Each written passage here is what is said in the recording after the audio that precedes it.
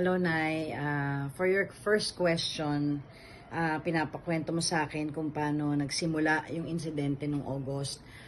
Actually, last August 13, wala po ako sa opisina noon kasi birthday ng dalawang anak ko. So, nag-celebrate po kami. Nag-absent po ako noon. Nag-leave po ako.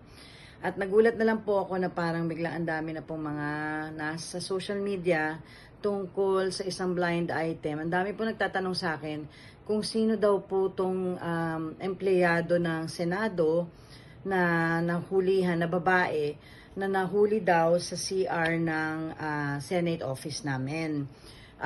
So ako naman, nagtaka naman po ako kung sino nga na ba yun. So sa pagka inalam-alam ko hanggang sa wala pa siguro 2 oras pumutok po yung balita.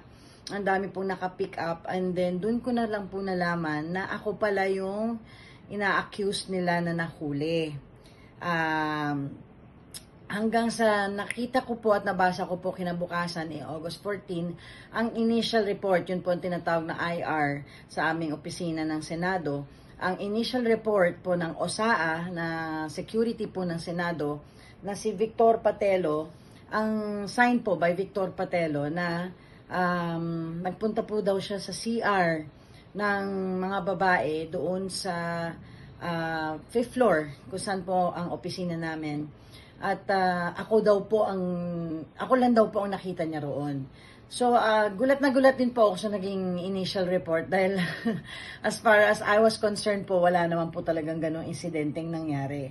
At never po nangyari na meron ako nakasabay sa banyo o kaya meron pong nanita po sa akin na meron silang naaamoy na nakakaiba.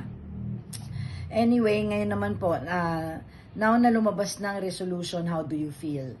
I feel so overwhelmed na. Unang-una, hindi ko po ina-expect na ganun kabilis at hindi ko ina-expect nung araw na yun nalalabas yung resolution nga na kami po ay nanalo at pinaboran po ang aming final sa Pasay Court. But again, by God's grace nga, sabi ko nga, ilang buwan din po ako nag-antay, ilang buwan din po ako nanahimik, ilang buwan din po akong lumaban ng tahimik para po lumabas tong katotohanan na marami pong fake news talaga sa ating bansa. Hindi lang sa ating bansa, pero sa lahat po ng social media.